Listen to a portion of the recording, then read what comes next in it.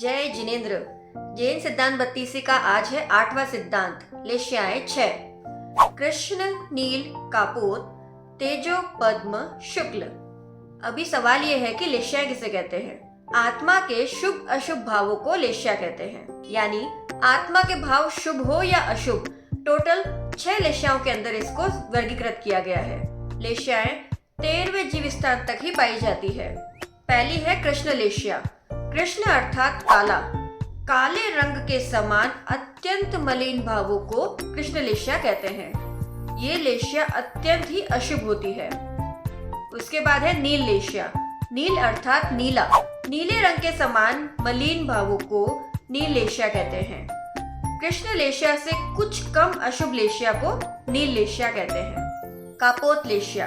कापोत अर्थात कबूतर, कबूतर की गर्दन का जैसा कलर होता है, उस हल्के नीले कलर के समान किंचित मलिन भावों को कपोत लेश्या कहते हैं।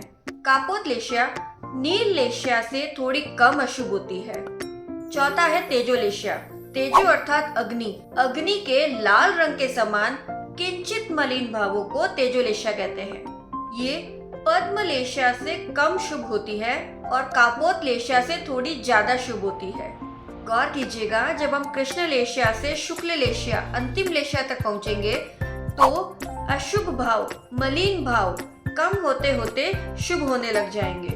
5वीं है पद्म लेश्या। पद्म अर्थात कमल, कमल के जो पराग कण होते हैं, पॉलीग्रेन्स होते हैं, उनके पीले रंग के समान किंचित शुभ भावों को पद्म लेश्या कहते हैं। ये तेजो लेश्या से अधिक शुभ होती है और शुक्ल लेश्या से कम शुभ होती है। अंतिम लेश्या है शुक्ल लेश्या। शुक्ल अर्थात सफेद, सफेद रंग के समान अत्यंत निर्मल भावों को शुक्ल लेश्या कहते हैं। ये सबसे शुभ भावना होती है। 6 लेश्याओं को जानने के बाद ये ऑब्वियस है कि हमें अशुभ भावों को कम करते जाना है और शुभ भावों की ओर जाना है।